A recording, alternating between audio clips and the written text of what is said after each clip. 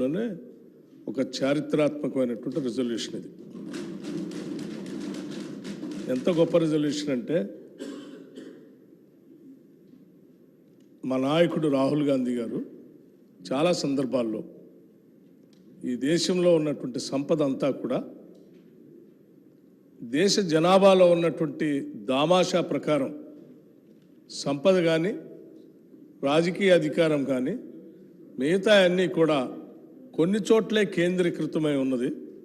అలా కాకుండా అత్యంత ప్రజాస్వామ్యయుతంగా జనాభా దామాషా ప్రకారం ఈ సంపద రాజ్యాధికారము రాజకీయాల్లో ఉన్నటువంటి ఇతర అంగాలన్నీ కూడా అందరికీ సమానంగా పంచబడాలి అంటే ఒక స్పష్టమైనటువంటి జనగణన జరిగి దాన్ని బేస్ చేసుకొని వీటన్నిటిని డిస్ట్రిబ్యూట్ చేసే కార్యక్రమం జరగాలి.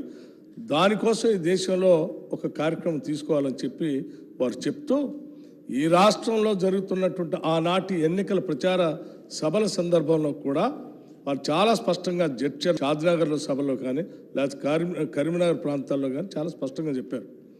మేము చెప్పేటువంటి ఈ జనగణన అనేటువంటి కార్యక్రమం దేశవ్యాప్తంగా జరగాలని కుల జనగణన ఒక్క నిమిషం అండి, లెట్ మీ కంప్లీట్ ఉండండి. శ్రీహర్ గారు let me complete it. I'll explain you in toto.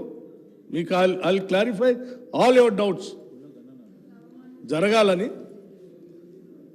ఈ కేంద్రంలో జరిగే ఎన్నికల తర్వాత జరుగుతాయి కాబట్టి ఈ రాష్ట్రంలో జరిగేటువంటి ఎన్నికల్లో మా ప్రభుత్వం రాగానే ముందుగా తెలంగాణ నుంచే దీన్ని మొదలు పెడతామని చెప్పి చాలా స్పష్టంగా చెప్పడం జరిగింది. దానికి ఆధారంగా దాన్ని మా రాష్ట్ర ప్రభుత్వం ఇక్కడ కేబినెట్ సమావేశంలో తీసుకొని కూలంకషంగా చర్చించి సభలో ఈరోజు ఆ తీర్మానాన్ని పెడుతున్నాం. దీని ముఖ్య ఉద్దేశాలు కూడా మా మంత్రి గారు గౌరవ మంత్రి గారు చాలా స్పష్టంగా చెప్పారు. ఈ రాష్ట్రంలో ఉన్నటువంటి నేను మరొకసారి చదివి వినిపిస్తున్నాను అధ్యక్ష. This house resolves to take up A comprehensive door to door house hold survey socio economic. చదవండి సార్, మీరు చదివారు, నేను కాదట్లేదు, నన్ను కూడా చదవనండి, వినిపిస్తాను, మీరు వినండి. Socio economic educational employment political and caste survey కుల గణన ఆఫ్ ఎంటైర్ తెలంగాణ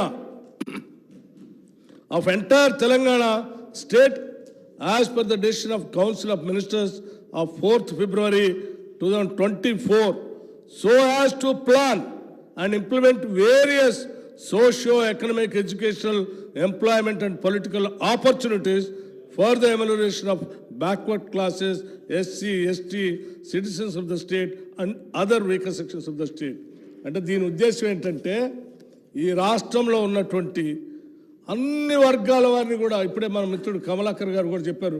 ఓన్లీ బీసీలనే చేస్తారా, అందరినీ చేస్తారా, బీసీలు చేస్తే మాకు నష్టం జరుగుతుంది. లేదు, ఓన్లీ బీసీలు కాదు, రాష్ట్రంలో ఉన్నటువంటి అందరినీ సర్వే చేస్తాం, ప్రతి ఇంటి సర్వే చేస్తాం, ఈ రాష్ట్రంలో ఉన్న అన్ని కులాలని సర్వే చేస్తాం, కులాలతో పాటు ఆర్థిక స్థితిగతులన్నీ కూడా దీంట్లో సర్వే చేస్తాం, అన్నింటినీ పొందుపరుస్తాం. మొత్తం యావత్తు ఈ రాష్ట్రంలో ఉన్నటువంటి సంపద అంతా కూడా ఎక్కడెక్కడ కేంద్రీకృతమైంది, ఆ సంపద ఈ రాష్ట్రంలో ఉన్న జనాభా దామాషా ప్రకారం ఏ రకంగా డిస్ట్రిబ్యూట్ చేయడానికి అవకాశాలు ఉన్నాయా లేదా, ఏ రకంగా పోయింది, వాళ్ళు ఏ రకంగా చేయాలి అనే దానికోసం సమగ్రంగా సర్వే చేస్తాం. మీ అందరి ఆలోచనల్ని మొత్తం సంపూర్ణంగా తీసుకొని ఈ సమగ్రమైనటువంటి సర్వే చేసి దాని ద్వారా వచ్చినటువంటి ఆలోచనలన్నింటినీ కూడా పరిగణలో తీసుకొని మీరు చెప్పినటువంటి అంశాలు ఉన్నాయి, మీరు పెడతారా లేదా, బీసీ సబ్ ప్లాన్ లేకపోతే సంపద పంచుతారా, రిజర్వేషన్ బీసీలకు కల్పిస్తారా లేదా, ఇవన్నీ కూడా ఈ సర్వే అంతా అయిపోయిన తర్వాత అన్ని రకాలైనటువంటి ప్రణాళికలు తయారు చేసి బీసీ కులగణన దీంట్లో మొత్తంలో బీసీ కులగణన కూడా దీంట్లో పార్ట్ ఉంది, ఆ సంఖ్య కూడా తేలుతుంది.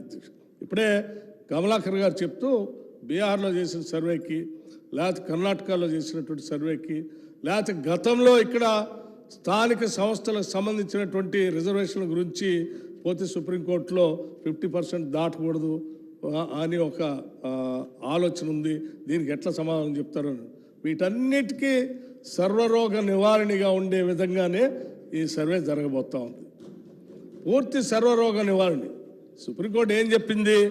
50% దాటుద్దని చెప్తూనే ఒకవేళ బలహీన వర్గాల సంబంధించినటువంటి వాళ్ళ సంఖ్య 50% దాటో లేకపోతే ఇంకా ఎక్కువ ఉందని అనుకున్నప్పుడు సపోర్టింగ్గా ఉండేటువంటి స్టాటిస్టిక్స్ని మీరు సర్వే చేసి దాన్ని మీరు సమర్పించండి అన్నారు. ఆ సమర్పించడానికి కావాల్సిన సర్వే ఇంతవరకు మీరు చేయలే.